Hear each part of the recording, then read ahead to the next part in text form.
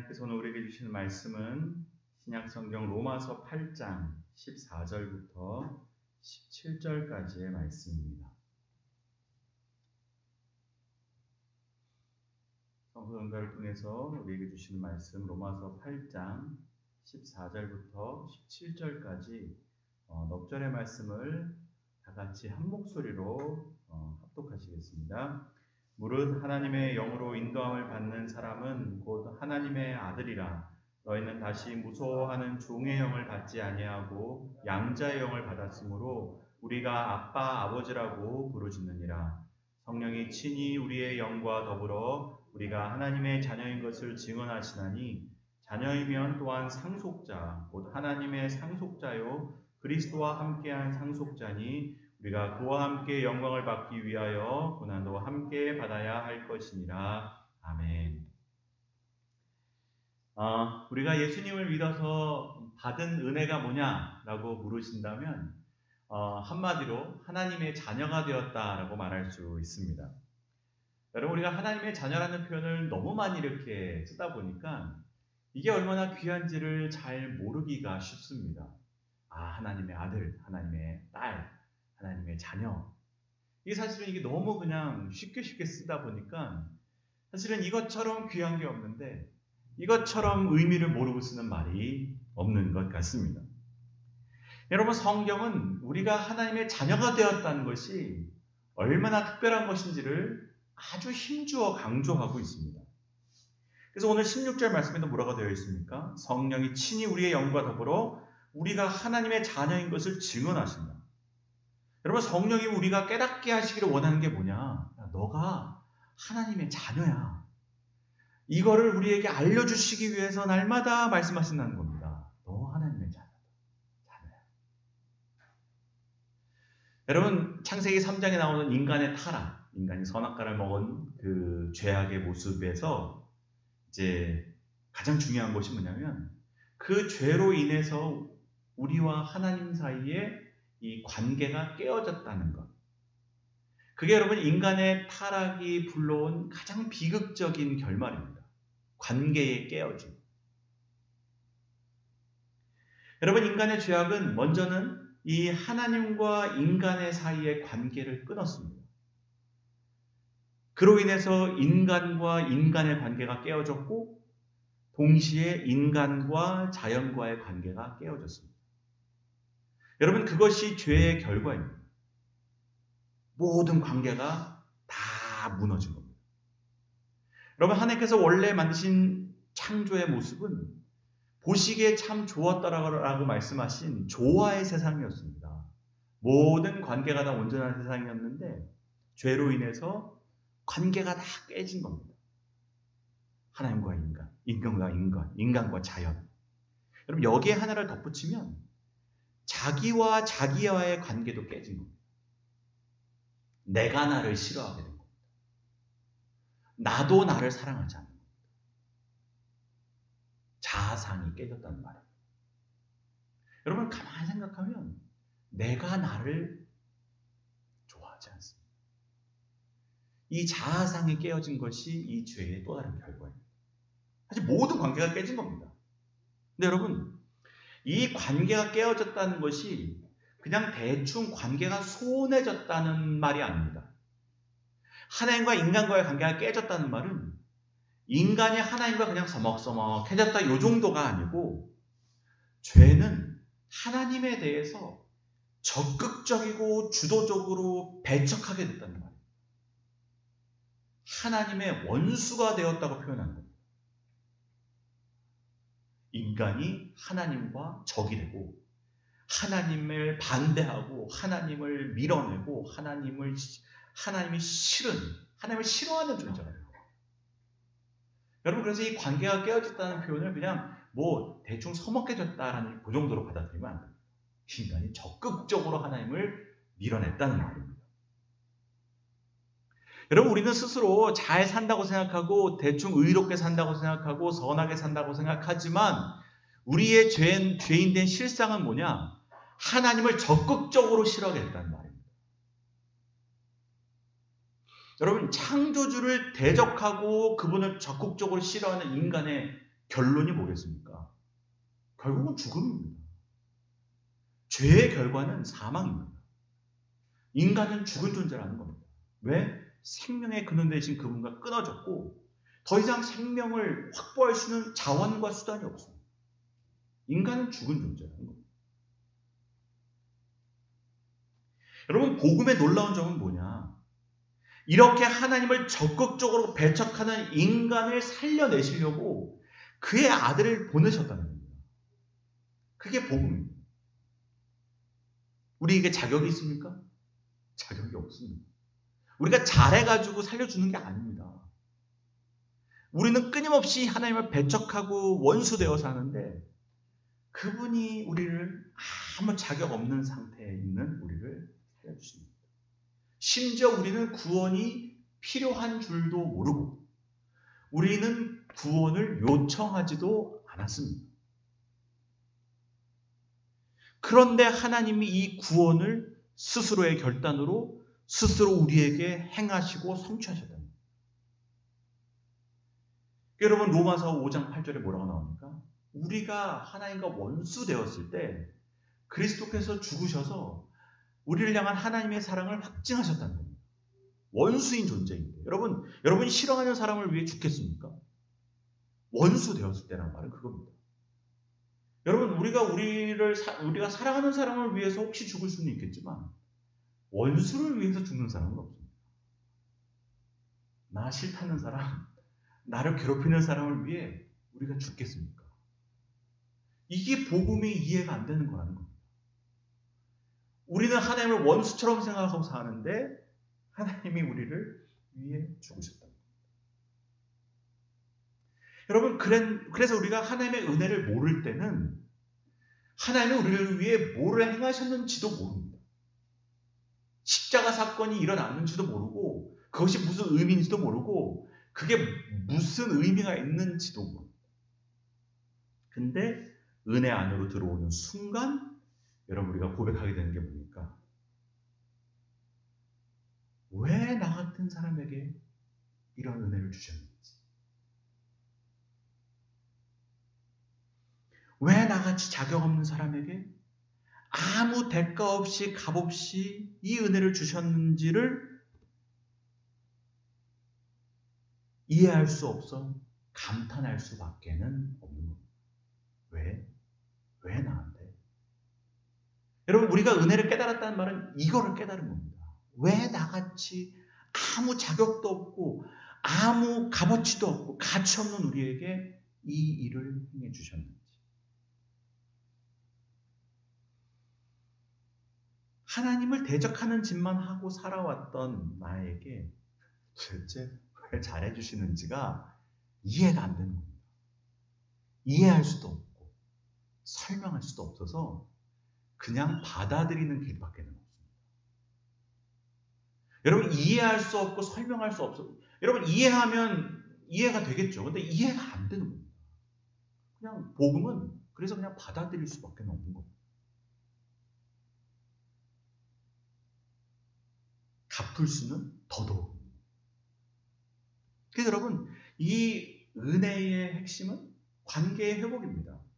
하나님과 화목하게 되었다는 것. 그래서 여러분, 십자가의 사건은 예수 그리스도의 화목제의 사건이라고 얘기합니다. 화목제물이 되셨다. 관계가 회복되어야 됩니다. 하나님과 원수되어 살 수밖에 없는 우리가 하나님과의 친밀한 관계 가운데로 다시 들어오게 됐다.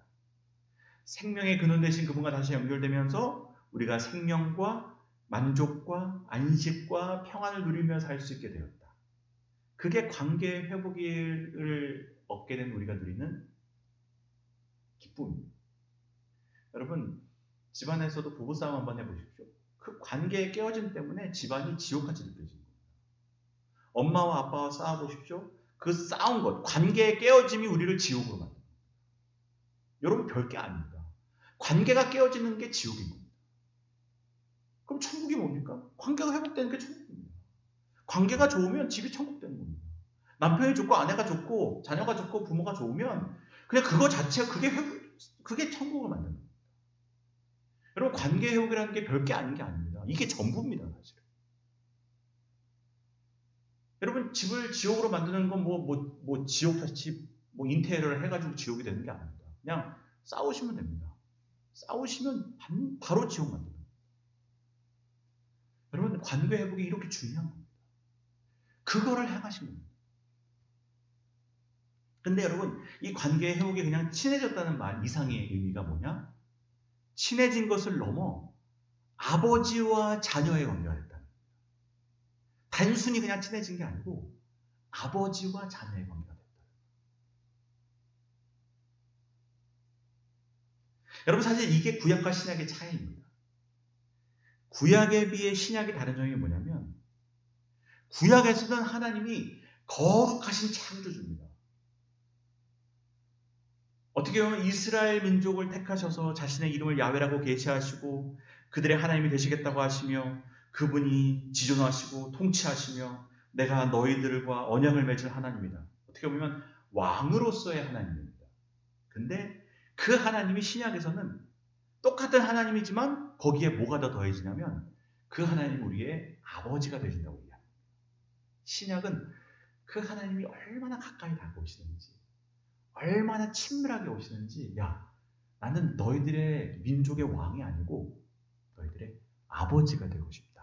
아버지.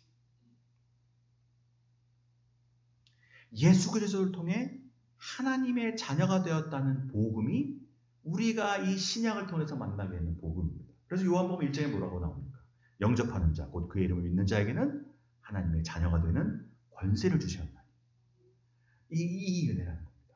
이게 예수 그리스도의 십자가가 우리에게 주신 하나님의 자녀가 되는 은혜입니다. 여러분, 복음은 단순히 우리가 의로워졌다는 것 이상을 보여주는 겁니다. 여러분, 의로워진다는 것은 어떻게 보면 법적인 개념입니다. 죄인이고 사형수인데 아니다. 법적으로 너희들은 의로운 존재다. 빵, 땅, 땅. 사실은 여러분, 이거조차도 사실 감격적인 일입니다. 여러분, 죽을 사형수가 살게 된 것. 아니다, 너는 의로워졌다. 사약을 받지 말아라. 여러분, 사실 그것도 기쁜 일이지만 복음은 그 정도에서 멈추는 게 아니에요. 그걸 넘어서 의로워지게 된 것뿐만 아니라 친밀해지는 겁니다. 친밀한 인격적인 사랑과 신뢰의 관계로 우리를 초대하는 겁니다. 그게 아버지와 자녀와의 관계가 됐다는 겁니다. 야, 너는 그냥 의로운 존재가 아니라 내 아들이야. 넌 더 이상 사형수가 아닌 정도가 아니라 내 딸이야. 그 인격적인 친밀한 관계로 들어오게 하시는 겁니다. 부모의 자식과의 관계가 됐다는 말은 뭡니까? 이건 절대로 취소될 수 없고 번복될 수 없는 관계다.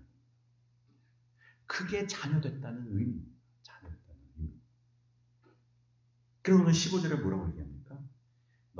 너희는 다시 무서워하는 종의 영을 받지 아니하고 양자의 영을 받게 되었으므로 우리가 아빠 아버지라고 부를 수 있게 되었다. 아빠 아버지. 그래서 여러분, 로마서를 쭉 보다 보면 이제 앞에서 이제 사도 바울이 복음에는 하나님의 의가 나타나서 믿음으로 믿음에 이르게 하나니 오직 의인은 믿음으로 말미암아 사느니라 함과 같으니라. 하나님의 의를 설명하는데 이 의가 단순히 의롭게 하시는 정도가 아니라는 겁니다. 자, 하나님의 심판자가 돼서 너희들을 이제 더 이상 이제 죄인이 아니라 의롭다 하셨다. 꽝꽝꽝 때리는 정도의 일이 아니고 이 복음은 오늘 본문에 나오듯이 우리로 하여금 하나님을 아빠, 아버지라고 부를 수 있게 만드는, 이 복음은 그냥 의롭게 하는 것 이상의 것임을 설명하는 겁니다. 여러분, 이게 사실은 하나님의 자녀가 된다는 것이 복음의 절정입니다. 절정. 이 복음, 기쁜 소식의 극치가 뭐냐? 우리가 하나님의 자녀가 됐다는 겁니다. 아빠, 아버지를 부를 수 있게 됩니다. 주님이 궁극적으로 원하시는 것은 야, 너 죄 없다? 이 정도가 아니고 너 내 자녀 해라. 그래서 하나님은 그 자신의 영광을 우리에게 주시기 원하시는 겁니다. 너 내 자녀 해서 내가 가진 영광을 너희들에게도 주고 싶다. 그래서 오늘 본문에 뭐라고 나옵니까? 17절에 자녀이면 또한 상속자. 상속자가 뭡니까? 하나님의 영광을 주고 싶은 겁니다. 야, 너 그냥 죄인인데 의인 된 것 정도가 아니라 너 내 자녀에서 내가 너에게 줄 약속의 유업을 다 받았으면 좋겠다. 주고 싶은 겁니다. 너 내 자녀가 돼서 다 가져가다. 다 누렸으면 좋겠어. 우리 주님께서는 거기까지 가시는 겁니다. 여러분, 하나도 여러분 감격이 없지만 여러분 이게 복음입니다. 리 스트로베리라는 분이 쓴 책 중에 은혜, 하나님의 은혜라는 책이 있습니다. 이 책에서는 이제 은혜를 설명하기 위해 여러 많은 사람들의 이제 이야기들을 소개하는 책인데, 여기에 보면 이제 스테판이라고 이제 말하는 한 여인의 이야기를 소개하고 있습니다. 스테판이 하니까 뭔가 이제 외국 사람이겠구나라고 생각하겠지만, 사실은 이 여인은 6.25 전쟁 때 미군과 한국 여인 사이에서 태어난 이제 호녀랍니다. 여러분도 혹시 들어보신 표현인지 모르겠지만 튀기. 어렸을 때, 저도 어렸을 때 이 표현을 많이 들었는데 그 당시는 호녀라들을 튀기라고 불렀습니다. 튀기. 우리 어머니도 항상 그 표현을 쓰셨는데 이 튀기입니다. 미국 군인의 아버지 또 한국 여인 사이에서 태어나서 이제 튀기로 태어난 아이인데 전형적인 얘기입니다. 이제 아버지가 전쟁하러 왔다가 그냥 다시 미국으로 돌아가 버리고 엄마만 남았습니다. 그래서 이제 엄마 손에서 이 호녀아이가 1년, 2년, 3년, 4년, 5년, 6살이 될 때까지 잘 자랐는데, 이제 문제는 뭐냐면 이제 어머니에게 새로운 혼사자리가 생겼습니다. 좋은 혼사자리가 생겼는데 이 어머니가 결혼을 하려다 보니까 이 호녀아이를 데려갈 수가 없는 거예요. 그래서 이 아이를 버리기로 한 겁니다. 주변에 있는 이제 처가 식구들이 너 그 아이 데리고 어떻게 결혼하냐? 버려라. 그래서 이 아이에게 뭐라고 얘기하냐면 너 오늘 기차 타고 삼촌 집에 가 있어. 그 삼촌이 아마 기차역에서 기다리고 있을 거야. 그래서 이 4-5살 먹은 아이를 그 당시 뭐 이제 전쟁 이후에 그냥 기차 태워서 보낸 겁니다. 그래서 이제 그 아이가 그 철석같이 믿고 내가 모르는 삼촌이 있나 보다. 그래서 이 아이가 기차 타고 가서 내렸는데 거기에 삼촌이 기다렸겠습니까? 안 기다렸겠습니까? 버린 겁니다. 가서 그냥 삼촌이 당연히 없고 그냥 이 엄마는 새 시집 가기 위해서 이 호녀라 아이를 버린 겁니다. 그때부터 이제 이 여자아이의 생존기가 시작되는 겁니다. 돌아다니면서 이제 뭐 쓰레기 주워 먹고 이 4-5살 먹은 아이가 어떻게든 살아보려고 막 한 겁니다. 이제 돌아다니면 뭐 튀기라고 사람들이 놀리고 막 더럽다고 저리 가라 그러고 이제 사람들에게 너무 이제 욕을 먹다 보니까 애가 이제 사람들 없는 농촌으로 들어가가지고 그 시골에서 이제 뭐 이제 서리에서 먹고 삽니다. 시골에는 먹을 게 널려 있으니까 이 밭에도 들어갔다, 저 밭에도 들어갔다, 이거 주워 먹고 배고프면 참외 주워 먹고 몰래 들어가서 이거 서리에 먹고 그렇게 살다가 이제 뭐 겨울을 또 보냈는데 이제 겨울이 문제입니다. 이제 겨울은 먹을 것도 없는데 이제 이 아이가 굴을 파가지고 거기에 지푸라기 모아가지고 덮고 살면서 또 겨울을 넘기고 남의 집 주방에 들어가서 몰래 가져와서 먹고 그러니까 아무도 자기를 받아들여주지 않고 사람들이 나를 이상하게 여기고 이제 그런 말을 매일 듣다 보니까 어떻게 됩니까? 사실 사람들이 계속 그런 말을 들으면 자기도 자기 스스로를 그렇게 생각하겠다는 거예요. 그렇지. 난 이름도 없고 더럽고 가족도 없고 미래도 없고 자기도 자기가 싫어지는 겁니다. 나도 내 꼴을 보이는데 내 꼴이 내가 좋아할 수가 없는 겁니다. 그러면서 여러분 뭐 떠돌이 아이들에게 나쁜 짓도 당하고 막 맞기도 하고 뭐 성적인 노력에도 되고 이 아이가 막 사람들을 또 막 피하려고 합니다. 경계합니다.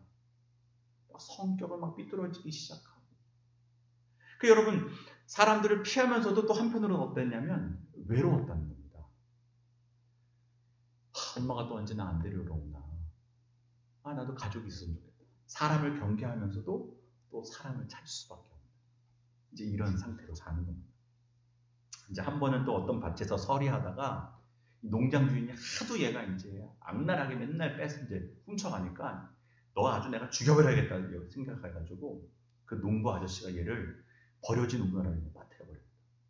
근데 얘가 이제 물에서 허우적대다가 그 우물 안에 있는 돌 하나가 이렇게 튀어나온 게 있어가지고 그거 붙잡고선 겨우 올라와가지고 그 돌 위에 걸터 앉아가지고는 이제 죽는 날만 기다린 겁니다. 뭐 우물에 누가 오겠습니까? 근데 밤에 어떤 할머니가 찾아와가지고는 두레박을 내려주고 그 아이를 우물에서 건져 올립니다. 올라오라고. 그래서 이 할머니가 막 몰래 먹을 것도 갖다 주면서 그때 이 할머니가 해준 말이 뭐냐면 너 꼭 살아야 된다.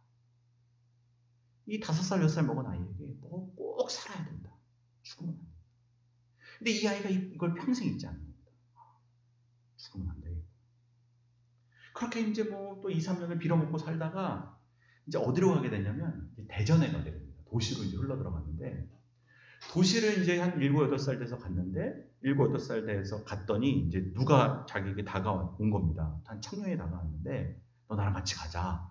그래서 그 청년을 따라서 어딜 갔는데 이제 그 당시 이제 50년대 말 정도 됐으니까 이제 뭐 고아들이 워낙 많은데 이 청년이 어떤 청년이었냐면 그 고아들 몇백 명을 모아놓고 그 고아들을 이제 대장동 타고 사는 그 고아들에게 뭐 비로 오게 시켜가지고는 이제 고아들을 통해서 이제 살아가는 그런 청년이었습니다.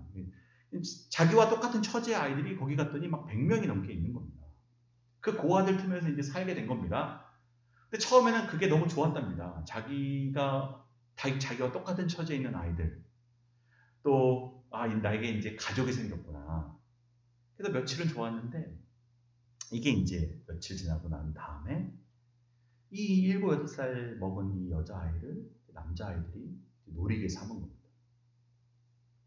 근데 그때 이 아이가 어떤 생각을 했냐면, 내게 가족이 생겼는데, 이 정도의 일은 감수해야지 그런 생각을 했다는 겁니다. 이 남자아이들이 자기를 성적인 놀이개로 막 삼는데도 속으로는 어떤 생각을 했냐면 나한테 가족이 생겼으니 이 정도의 일은 당연히 일어날 수 있겠지. 그렇게 생각을 했다는 겁니다. 사실 거기서 그냥 살 수 있었는데 그 속에서 이제 탈출하게 된 계기가 뭐냐면 그 고아들 사이에 콜레라가 한번 돌았다는 겁니다. 콜레라가 돌아가지고 애들이 다 그냥 병에 걸려서 죽기 시작하는 걸 본 다음에 자기도 여기다가 죽겠다 싶은 겁니다. 그래서 여기서 콜레라 걸려서 죽으면 안 되겠다 싶어가지고 그 모임을 뛰쳐나와가지고는 길거리를 다니다가 근데 이 아이도 콜레라에 걸려가지고 어느 길거리에서 쓰러졌는데 눈을 떠보니까 자기가 어디에 와 있었냐면 월드비전, 지금도 월드비전이 있는데 월드비전이 이제 6.25 전쟁 때 생긴 국제기구 아니겠습니까? 6.25 전쟁 때 고아들 이제 돌보려고 생긴 국제기구인데 그 월드비전에서 하는 고아원에서 눈을 뜬 겁니다. 알고 봤더니 이 스웨덴 출신의 에릭슨이라는 간호사가 돌아다니다가 이 아이를 보게 된 겁니다. 그래서 이 아이를 데려다가 고아원에서 치료해주고 먹여주고 하면서 이 아이가 눈을 뜨고 이제 다시 건강을 회복했습니다. 그렇게 이제 고아원 생활을 하게 됐는데 고아원에서 살던 중에 이제 어느 날 미국인 부부가 고아원에 찾아왔다는 겁니다. 그리고 이 미국인 부부가 찾았던 것이 이제 입양한 아이를 찾았는데 남자 아이를 찾았습니다. 자기는 사실은 관련이 없으니까 뭐 그런가 보다 하고 있었는데 이 미국인 부부가 남자아이들을 만나다가 자기에게도 왔다는 겁니다. 너무 따뜻하게 이 미국인 부부가 예쁘다 이렇게 해주고 막 손을 잡으려고 했는데 이 아이의 입장에서는 누군가가 자기에게 이렇게 따뜻한 웃음으로 막 잘해준 것을 경험해 본 적이 없어가지고 너무 놀래가지고 이 미국인 부부가 내민 손을 뿌리치고 그 미국인 두 부부에게 침을 2번 뱉었다는 겁니다. 그리고 도망갔다는 겁니다. 여러분 이 상처가 많은 사람들은 이 사랑을 못 받지 않습니까? 그래서 이 아이가 미국인 부부에게 침을 뱉고 도망갔는데 그리고 이제 끝난 줄 알았습니다. 그리고 그래 혼나고서는 이제 집 방에 들어가 앉아 있는데 그 다음 날 이 미국인 두 부부가 찾아와가지고는 콕 집어서 자기를 찾았다. 그리고 그 미국인 두 부부가 우리는 이 아이를 원한다고 했다. 원래는 아들을 찾으려고 왔는데 이 어떤 여자의 하나가 이 고아원에서 제일 더럽고 성격도 제일 괴팍하고 제일 대하기 어려운 자신을 원한다고 해가지고는 자기를 데려갔다는 거예요. 사실은 이 미국인 두 부부가 한국에 당시에 이제 온 지 얼마 안 된 미국인 선교사 부부였는데 처음에는 아들을 입양하려고 갔다가 제일 힘든 아이를 만난 다음에 아마 하나님께서 그날 밤에 감동을 주신 것 같습니다. 너 그 아이를 데려오라. 그래서 그 다음날 와가지고 이 미국인 두 선교사 부부가 이 아이를 이제 입양해 간 겁니다. 근데 그때만 해도 이 여자아이는 몰랐습니다. 자신이 입양된 건 모르고 입양이 뭔지도 모르고 그냥 그 당시 가난한 여자아이들이 늘 그렇게 됐듯 그 집에 식모로 들어가나 생각을 했던 겁니다. 아, 거기 가서 이제 허드렛 일이나 하면서 식모살이를 하면 되겠구나. 그래서 이제 미국인 부부의 집에 갔는데 희한하게도 이 미국인 부부가 자기에게 일도 안 시키고 맛있는 거 주고 약도 주고 옷도 사입혀주고 너무 잘해주는 겁니다. 이상하네. 이 미국인 부부 희한하네. 허드렛 일을 줘야지 왜 나한테 이렇게 잘해주지? 이제 안 그래도 이상히 여기고 있는데 더 희한한 거는 밖에 나가면 사람들이 옛날에는 막 튀기라고 놀리고 막 혼혈하라고 놀렸는데 놀리지를 않는다는 겁니다. 엄청 사람들이 공주님 취급해준다는 겁니다. 왜냐하면 이제 주변 사람들 입장에서 이제 선교사님 아이니까 공주님처럼 여겨준 겁니다. 근데 이제 자기는 그걸 몰랐다는 겁니다. 왜 사람들이 나를 놀리지 않고 괴롭히지 않고 나를 왜 이렇게 공주님 취급해주지? 근데 사람들과 대화 속에서 이제 알게 된 게 뭐냐면 너 미국에서 왔냐? 저 미국에서 안 왔는데요? 야, 너 그 집 딸인데 어떻게 여기 오게 된 거야? 이제 말하다 보니까 사람들이 자기를 딸이라고 얘기하는 겁니다. 난 딸이 아닌데. 저 딸 아닌데요? 저 식모인데요? 아니야, 너 그 집 딸이야. 근데 이제 얘가 이거 충격을 받은 겁니다. 내가 딸이라고? 한 번도 그렇게 생각해 본 적도 없고 들어본 적도 없는데. 그래서 이제 그 길로 막 엄마한테 뛰어간 겁니다. 미국인 그 선교사 어머니에게 뛰어가가지고는 이제 한국말로 내가 딸이 맞냐? 라고 물은 겁니다. 근데 이제 영어와 소통이 안 되니까 그 집에서 일하는 어떤 통역하는 분이, 일하는 분이 와가지고는 통역을 해준 겁니다. 내가 엄마 딸이냐? 근데 그 말을 이제 영어로 들은 미국인 그 어머니가 그 말을 듣자마자 펑펑 울었다는 거예요. 네가 내 딸이다. 너 딸로 우리 집에 온 거다. 너 그것도 몰랐냐? 얘가 그 표정을 지금도 잊지 못하고 커서도 그 엄마의 말과 표정과 그 우는 모습을 잊을 수가 없었던 거예요. 엄마구나. 내가 엄마가 생겼구나. 아빠가 생겼구나. 자기를 스테판이라는 이름도 지어주고 잘해줬던 것이 이게 내가 딸이어서 잘해준 거구나. 그래서 이제 그 부모가 생겼다는 것을 그때 처음 알았다는 겁니다. 근데 여러분, 단순히 그냥 부모가 생겼어도 그 마음의 상처가 금방 회복이 되겠습니까? 그거 잘 안 됩니다. 이제 부모로서 받아들이고 내가 자녀로서 살아갈지라도 그 내면의 싸움은 끝나지가 않는 겁니다. 그 자기 안에 있는 과거와 상처와 슬픔과 아픔을 이제 움켜쥐고 살면서 겉으로는 부모와 사람들에게 버림받지 않을까 날마다 초조하게 살았다는 겁니다. 내가 어렸을 때 당했던 일들, 내가 어렸을 때 당했던 성폭행들, 내가 어려서 했던 그 수많은 도둑질과 서리, 내가 이런 것들을 사람들이 알고도 나를 똑같이 받아들여 줄까? 나를 똑같이 인정해 줄까? 내가 했던 짓을 알고도, 내 과거를 알고도 사람들이 동일하게 나를 대해 줄까? 그게 확신이 안 서는 겁니다. 늘 불안한 겁니다. 그래서 더 열심히 살았다는 겁니다. 학교에서도 공부 열심히 하고, 막 학교에서도 반장도 하고, 막 회장도 하고, 뭐 하면서 나의 과거를 감추려고, 내가 아무렇지도 않은 사람인 것처럼 자꾸 나를 감추려고 살았던 겁니다. 여러분, 그게 얼마나 어렵습니까, 삶이? 어려운 겁니다. 여러분, 맨날 부모와 싸우게 되는 겁니다. 왜? 사랑을 못 받는 겁니다. 아무리 사랑한다 해도 그걸 못 받아들이는 겁니다. 괜찮다고 해도 못 받아들이는 겁니다. 나 알면 나 버릴걸? 나 과거를 알면 나를 천시할걸? 못 드러내는 겁니다. 엄마, 아빠가 아무리 다가가려고 해도 항상 벽이 있는 겁니다. 엄마가 맨날 싸우고, 이제 엄마랑 다투다가 이제 하루는 이제 문 닫고 방에 들어갔는데 아빠가 찾아온 겁니다. 아빠가 찾아와서 이제 딸한테 스테파니야, 엄마와 나는 너를 한없이 사랑한다. 근데 너에게는 우리의 사랑이 잘 안 받아들여지는 것 같구나. 이제 엄마 아빠 입장에서는 답답한 겁니다. 아무리 사랑을 해줘도 뭐가 튕겨나오는 느낌이 계속 나요. 그리고 이제 이 선교사님 아버지, 목사님이시겠죠. 목사님이 그렇게 얘기한 겁니다. 너가 이제 예수님 만나야 될 때가 된 것 같다. 얘기하는 겁니다.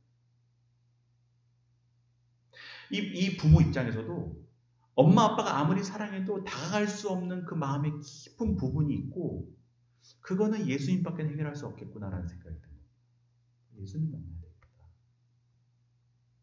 그 상처는 오직 예수님만이 치유하실 수 있고, 그래서는 그 아버지가 했단 말이, 너 예수님 한번 생각해봐라.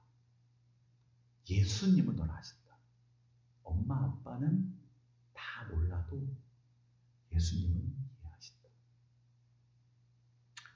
그리고 이제 그 말을 듣고 이제 아버지는 그 말하고 나가고 이제 방에 안에서 이제 처음으로 곰곰이 생각해 봤다는 겁니다. 예수님을 모르는 아이는 아니었지만 처음으로 예수님이 나를 알까를 생각해 본 겁니다. 그리고 그렇게 생각하다가 처음으로 예수님은 나를 아실 수도 있겠다라는 생각을 처음 하게 된 겁니다. 내가 튀기인데 예수님도 일종의 튀기 아니야? 그러고 보니까 예수님의 친아버지 요셉도 친아버지가 아니네. 내가 어려서 지푸라기 덮고 잤는데 우리 예수님도 지푸라기 덮고 주무셨네. 나도 사람들이 맨날 나 죽이려고 하고 때리고 괴롭히고 어렵게 했는데 예수님도 맨날 죽임당할 거 사람들이 싫어하고 미워하고 때리고, 예수님이 나랑 똑같은 겁니다. 가만 생각해 봤더니 예수님이 자기랑 똑같은 겁니다. 그래서 이제 그때 처음으로 이제 막 속으로 막 외치기 시작했다는 겁니다. 당신이 엄마 아빠가 말한 그 예수님이 맞다면 좀 나한테 어떻게 좀 해달라고. 그때 이제 이 아이의 마음에서 처음으로 이제 눈물이 막 터져나오기 시작한 겁니다. 지금까지 나는 울지도 못하고 살아남아야 되기 때문에 울지도 못했고 남들 앞에 내 속을 드러낼 수 없기 때문에 울지도 못하고 살았는데 처음으로 이 가슴 깊은 곳에서 막 눈물이 터져나오기 시작합니다. 예수님이 나를 다 아시는구나. 내가 얼마나 더러운 삶을 살았고, 내가 얼마나 외로운 삶을 살았고, 내가 얼마나 수치스러웠고, 내가 얼마나 고통스러웠고, 이런 나를 이해해 주시고 사랑해 주시는 분이 있구나라는 사실을 처음 알게 됩니다. 나는 친엄마한테도 버림받았고, 남자들한테 매일 성폭행당했고, 내 마음에 분노가 가득하고, 절대로 사람을 용서할 수 없고, 내가 생각해도 이런 나를 누가 사랑해 주겠냐, 누가 나를 받아주겠냐 라고 나도 나를 미워하고 있었는데, 나조차도 포기한 나를 포기하지 않는 분이 계셨다는 것을 처음 알게 돼요. 그래서 그날 스테판이라는 이 여인은 자기를 있는 그대로 받아주는 예수님을 만난 겁니다. 그럼으로 인해서 자기 안에서 화해가 일어나는 것들을 경험하면서 살게 되었다는 겁니다. 여러분, 제가 이 스테파니의 일화를 굉장히 길게 여러분에게 소개해드린 이유는 아버지의 자녀가 된다는 것을 논리적으로 설명할 수 없기 때문입니다. 여러분, 세례받는 분들은 늘 이제 듣게 되는 얘기인데, 세례의 의미가 뭔지 아십니까? 그럼 그 교리 문답에 뭐라고 나옵니까? 세례의 의미는 죄 씻음을 받는 표인데 하나님의 자녀가 되는 것을 의미합니다. 여러분, 줄줄줄줄 다 외울 수 있습니다. 여러분, 이게 뭐가 어렵습니까? 세례의 의미는 죄 씻음을 받는 표인데 하나님의 자녀가 되는 것을 의미합니다. 그런데 여러분, 이게 가슴으로는 이해가 안 되는 겁니다. 머리로는 이해하고 말할 수 있지만 하나님의 자녀가 된다는 것이 어떤 것인지를 어떻게 설명하겠느냐는 겁니다. 여러분, J.I. 패커라는 신학자가 이런 얘기를 했습니다. 입양을 모르고서는 하나님을 제대로 이해할 수 없다. 하나님이 우리에게 주신 가장 큰 선물은 우리를 자녀 삼아 주신 것이다.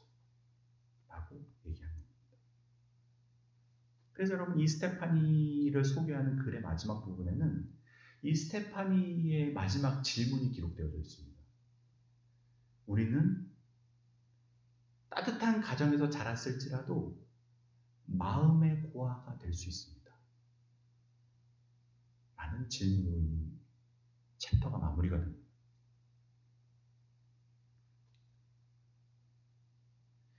여러분 우리가 다 고아가 아니고 자랐었을 수는 있지만 그러나 어떻게 보면 다 마음의 고아로 산다는 겁니다. 마음의 고아로. 우리도 끊임없이 내 안에 나를 혐오하고 거부하는 마음들이 있습니다. 상처가 있습니다. 이게 드러나는 순간 사람들이 다 나를 떠날 것 같은 겁니다. 그래서 나를 포장하고 사는 거예요. 그거를 내 직장으로 포장하고 학벌로 포장하고 뭐 연봉으로 포장하고 뭐로 포장하고 내 미모로 포장하고 내 젊음으로 포장하고 사는 거예요. 왜? 진짜 나를 알면 다 떠나가니까. 내가 결국은 나를 사랑하는 것 같아도 나를 굉장히 미워하는 겁니다. 자기 혐오가 있는 겁니다. 자기 거부가 있는 겁니다.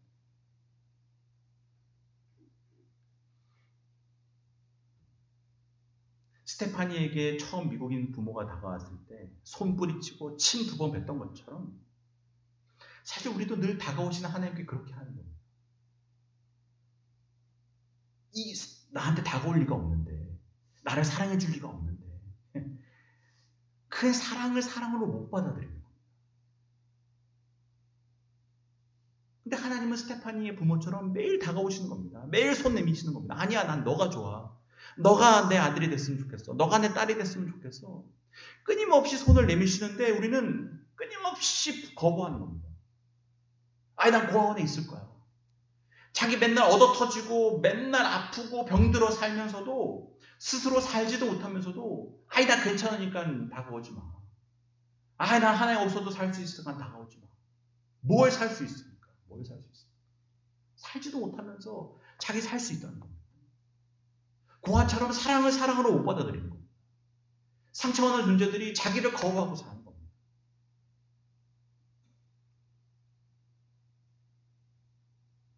여러분, 그 자기 혐오의 결과가 결국은 성공, 인기, 권력, 젊음, 미모, 학벌, 직분 이런 것들입니다.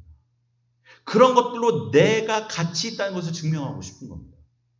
내가 사랑받을 만한 존재인지를 그런 것들로 확보하려고 하는 겁니다. 그 알량한 것들로 내가 사랑받을 수 있는 존재라는 사실을 증명하고 싶은 겁니다. 근데 여러분, 인간이 이 목숨 걸고 이런 가치들을 추구하는 이유는 그 근원에는 결국은 다 자기 거부와 자기 혐오가 있는 거예요. 이거 없으면 다 떠날 것 같은 겁니다. 내가 돈이라도 있으니 아버지 노릇한다고 여기는 거예요. 내가 뭐가라도 있으니까 사람들이 나를 가치 있게 여긴다고 여기는 거예요. 그거 없으면 다 떠나갈 것 같고. 그러니 그거 계속 붙잡고 사는 거예요. 얼굴에 물을 발라서라도 내가 예쁘다. 내가 예쁘니까 사랑해 준다고 여기는 거예요. 여러분, 그거 언제까지 누리겠습니까? 그걸로 나라는 존재를 언제까지 증명해낼 수 있겠습니까? 젊음은 사라지고, 미모도 사라지고, 자리도 사라지고, 직분도 사라지고, 힘도 사라지고, 다 사라질 겁니다.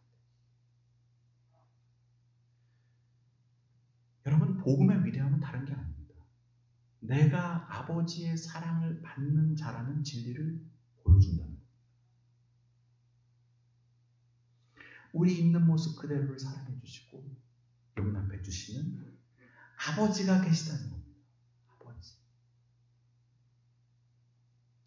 여러분, 주님의 사랑. 여러분, 우리는 주님을 더 실망시킬 수가 없습니다.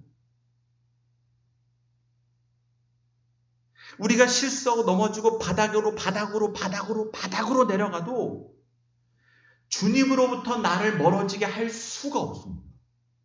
여러분, 그게 오늘 우리가 교동문으로 읽은 시편 139편의 말씀입니다. 내가 주의 영을 떠나 어디로 가겠습니까? 어디로 가서 주님을 피할 수 있겠습니까? 내가 하늘에 올라갈지라도 거기 계시고 스올에 갈지라도 거기에 계시고 내가 새벽 날개를 치며 바다 끝에 거할지라도 주님은 거기 계시더라. 이 말이 뭐겠습니까? 내가 주님의 사랑을 피해 내 혐오의 동굴, 내 거부의 동굴로 들어가도 거기에 주님이 계시다는 겁니다. 주님의 사랑을 뿌리치는 곳이 없다는 겁니다. 주님으로 하여금 나를 포기하게 할 수 없다는 겁니다. 내가 다 가봤는데 주님이 나를 끝까지 사랑하시더라. 내가 새벽에 날개를 치고 저 바다 끝에도 가봤는데 주님이 거기도 계시더라.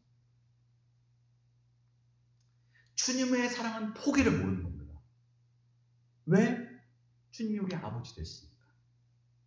자식을 놓지 않으시니까. 여러분, 아버지와 같이 있으면 나를 굳이 세상의 기준으로 증명할 필요가 없습니다. 부모와 같이 있는데 나를 뭐로 더 증명하겠습니까? 그냥 자녀라는 것만으로도 충분한 겁니다. 아버지와 같이 있으면 내가 사랑받는 존재라는 사실을 증명할 필요가 없고 내가 사랑받을 만하다는 것도 증명할 필요가 없습니다. 그 반대도 마찬가지입니다. 여러분, 엄마 아빠가 왜 어린 아이들을 보면 위로를 받고 힘을 얻습니까?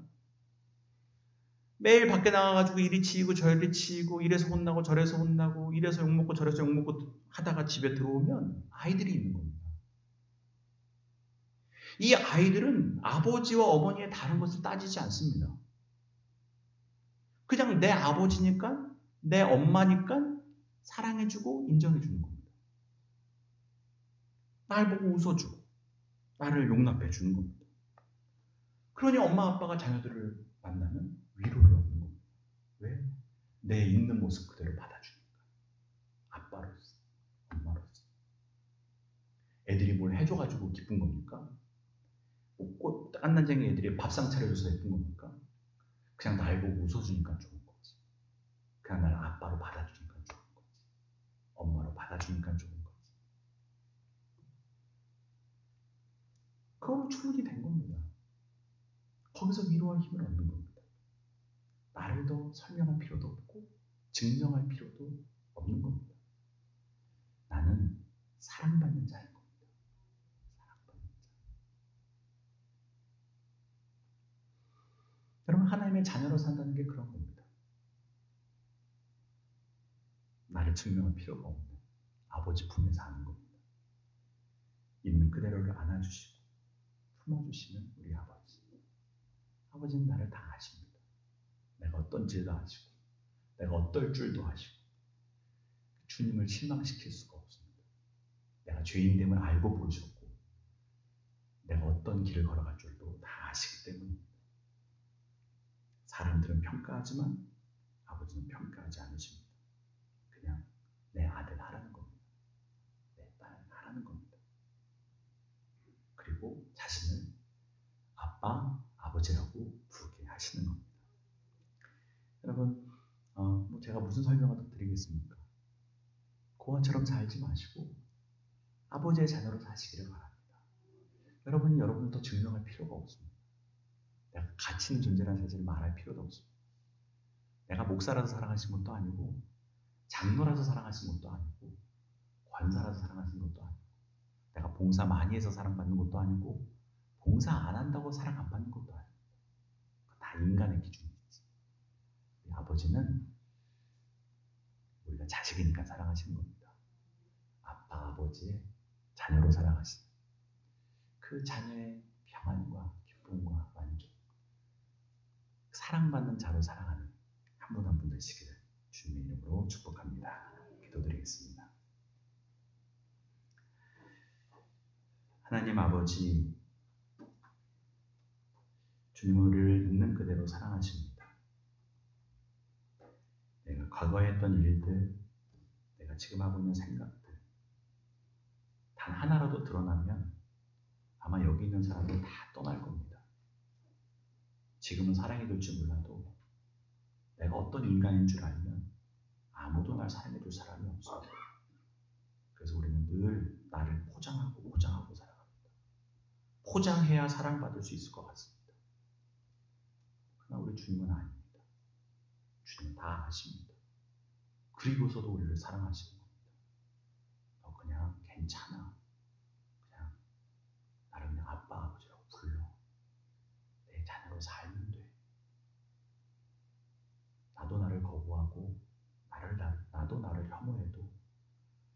주님 우리를 거부하지 않으십니다.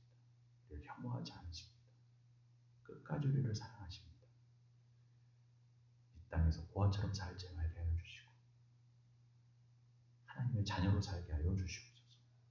그렇게 주님의 사랑 가운데 살아가는 우리 광장교회 성도들 되게 도와주시고 이 땅 가운데서 사랑받는 자로 살게 하여 주시옵소서.